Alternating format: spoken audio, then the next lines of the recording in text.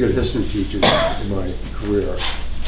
But the man I'm going to introduce today probably has more knowledge about the Civil War than anybody I know. In fact, he has a library at home that is so good that when someone comes into the county library and asks for a book that they don't have in their collection, they call him. You know? And he's there to help them out. He's had about 45 years of studying and researching in the Civil War.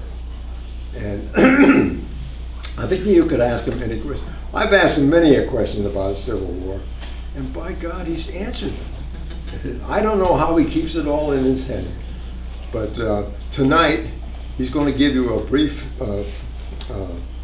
background of the GAR and the museum.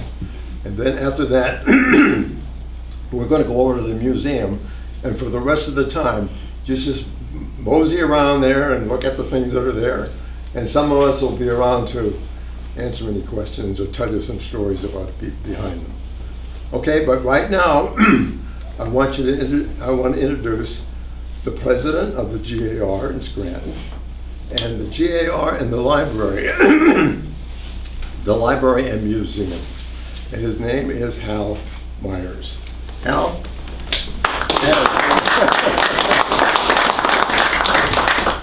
I want to clear one thing up that Jerry said. Uh-oh. Now, I do know pretty good history about the GAR, but he mentioned the artifacts, the museum over there. Now, some of it's self-explanatory. Where some of it other came from, I have no idea.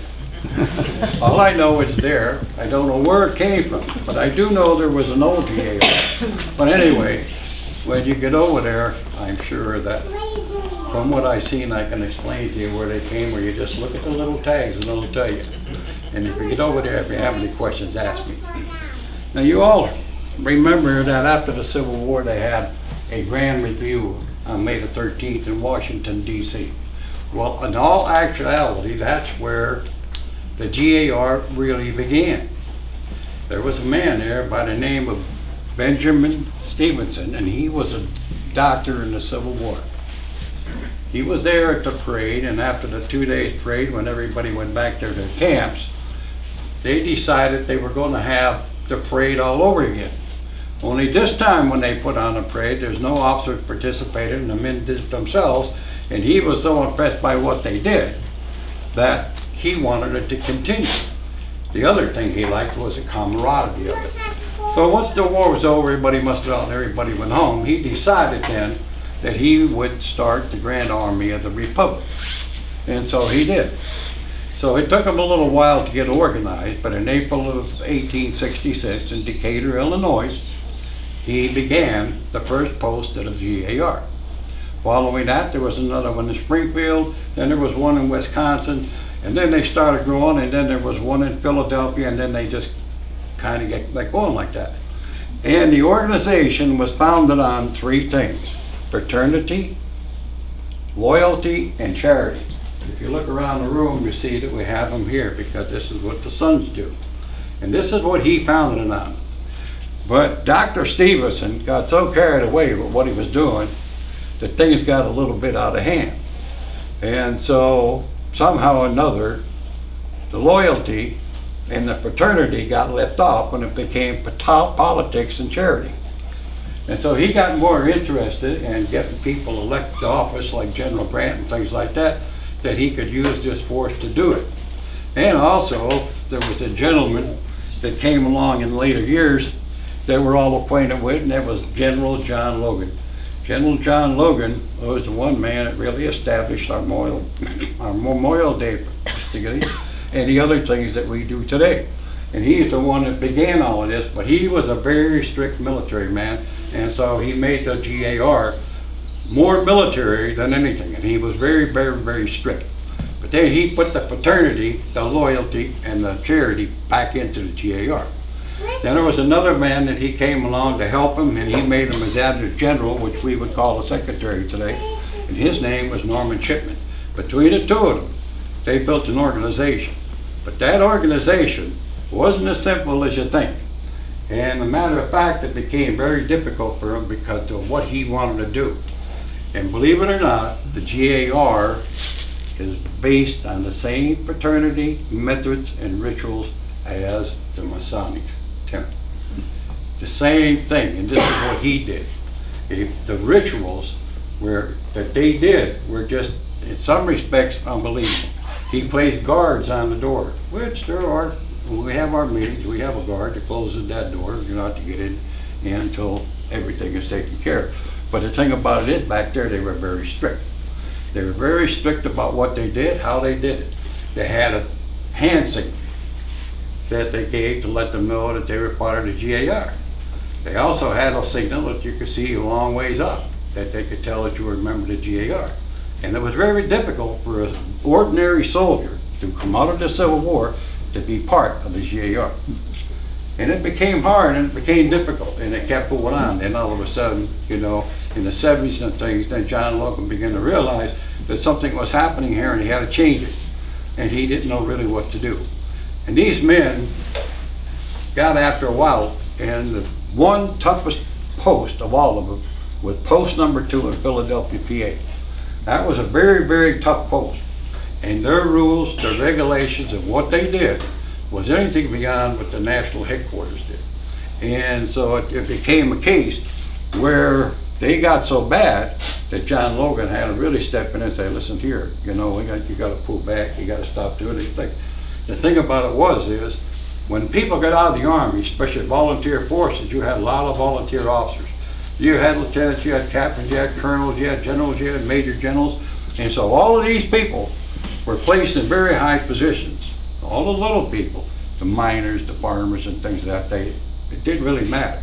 And there was more of them being accepted in, and also less that they would accept. And so it became a thing, and the men began to call it the House of Lords and the Irish Lords. So you see, it really became bad. Now, I don't know how many have ever gone around to different antique shops or artifact places to buy things. Did you ever see a GAR badge? Well, some of the GAR badges, back in those days, that some of these people that were colonels, generals, captains, whatever they may be, they usually held the seats, became officers, camp commander, whatever the case may be.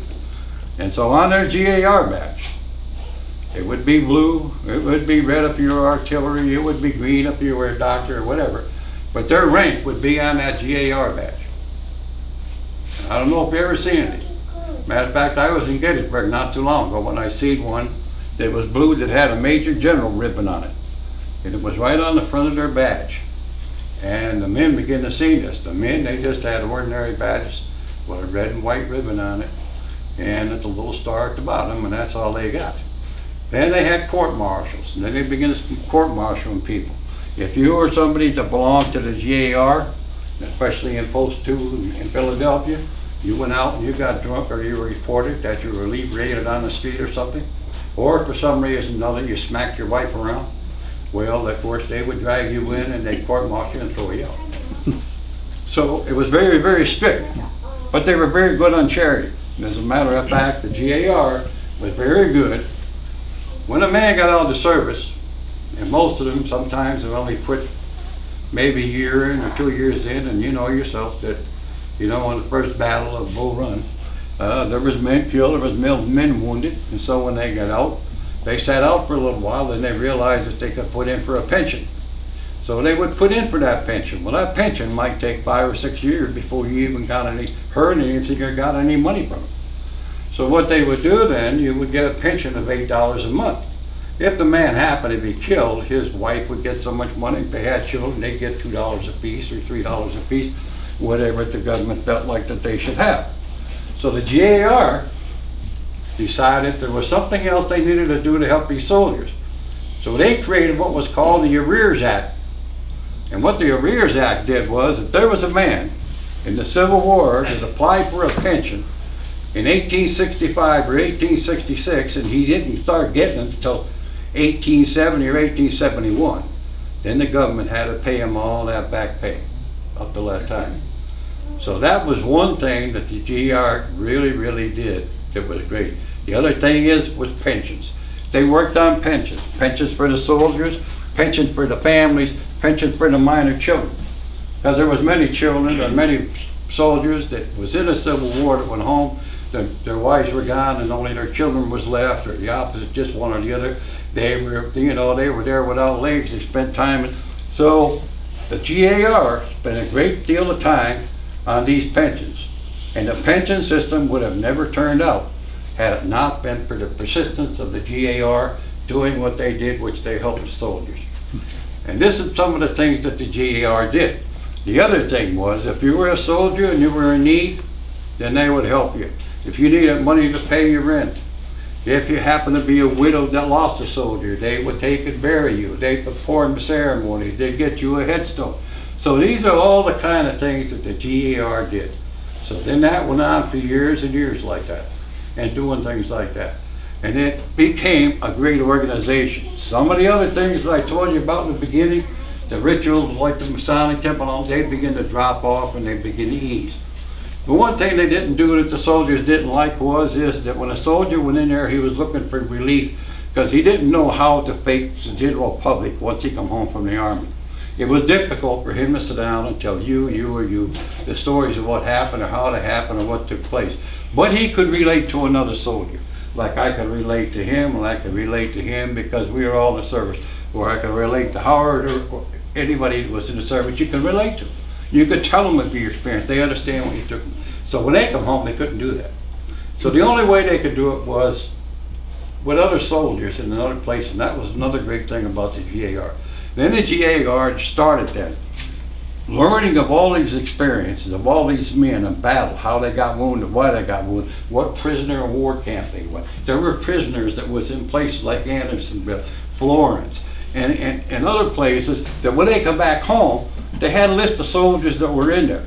And they would give these lists to the people in the GAR, and they would archive them. They would keep records of them. They keep records of all the stories. They keep records of everything these soldiers, who he fought with, where they fought, what his rank was, what his outfit was, who his commanding officer was. So then this became a great thing, and all of a sudden the GAR swelled to a membership. By 1890 of 400,000. Now during that time, in the 1890s, other military organizations started coming along, like the Sons of Veterans. And then there was the Sons of Union Veterans, and there was others. And then of course, as the years started passing by, they started dissipating, they started to move on to go into these other organizations, because now their sons could go in these organizations, so they felt that's where they wanted to go. So the GAR started to suffer a little bit, but it still continued on. Now, as far as this GAR post, which was GA Force 139, and if you all remember down here, I don't know where it was up until 1901. Do you, Howard? I have no idea where it was, but in 1901 and 303 Linden Street down there, the old GR building is still there. In 1901, they bought that building and it became the GAR building. But they were established in July of 1779. They became the GAR organization here in Scranton. All around Scranton, there was a number of smaller organizations. There was also Post 307 in Waverly, and then they have 186 up the line up here around Childs and German, places like that. They had one in Carbondale. They even had 5 of them right here in Scranton alone. But they were small, and they couldn't keep going on and meeting the requirements they had to meet. And then men in those posts started to transfer and came to Post 139. And 139 had a membership of over 900 men. And that's a lot of men. And if you look at some of the records, and I'll show you back there the records we have, you won't believe it, because I believe we're one of the posts, because I got lists of a lot of posts where you can find the records for them. And we have probably the most that any post that I have found so far. Now I'm sure that there's probably a national organization that takes care of GR records, I don't know. But the fact of the matter is, we have a great deal of them. But the thing about it is that somehow or another, something happened down there in 1925 when the Sons of Union Veterans took over. Well, of course, they took over that building. And then they were down there in that building for a long time, and somehow, I don't know how, I didn't ask questions, and I really don't know why, that when the Sons had it, that building down there was never supposed to be sold, but somehow now it was sold. And then, of course, when they sold it, then they tried to rent it to the Sons of Union Veterans, and then, of course, they were being charged rent, they couldn't keep up with it, so this is how we wound up here. But the thing I want to point out to you is that if you look around this room you see right here is just like they did all the way back in the beginning of the GAR. There you see a platform here. The commander sat in the middle, but he was a little bit higher. On either side of him was his officers. Back then they called him the adjutant general, and he was a secretary. Then they had the treasurer. This altar was taken and was placed in the middle of the floor, and nobody could go between this altar and that commander. The senior vice commander, which sits here now, would be sitting way back behind this altar. On the other side will be other officers, and like Howard is there, like these gentlemen are here, that's where the members sat, was along a wall. And it was all in strict order. And when you were called up for any reason or another, you went and you stood between the altar and the senior vice commander. You never went in front of that altar.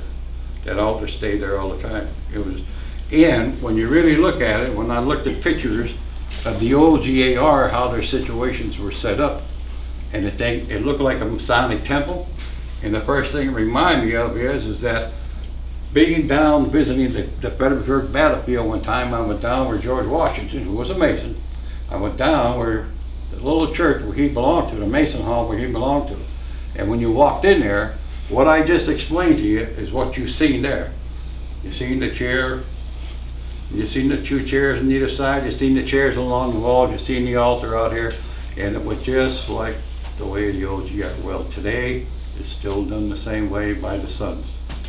That door, really during our meetings, you know, the commander informs the guard and he closes the door. And you'll be out there until that door is unlocked and they let you in.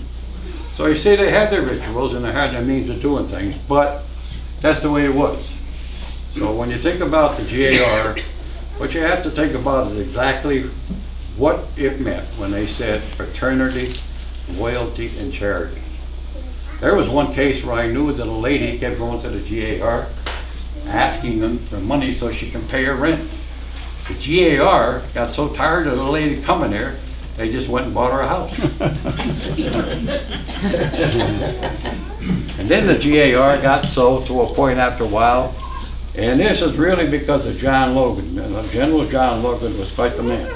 But what he did then was that there was money flowing in, because you remember now, you're talking over, 400,000 men. That's a lot of men that belong to an organization. And these men, in some cases, like the Post 2 in Philadelphia, they would charge you as much as $10 or $15 to become a member.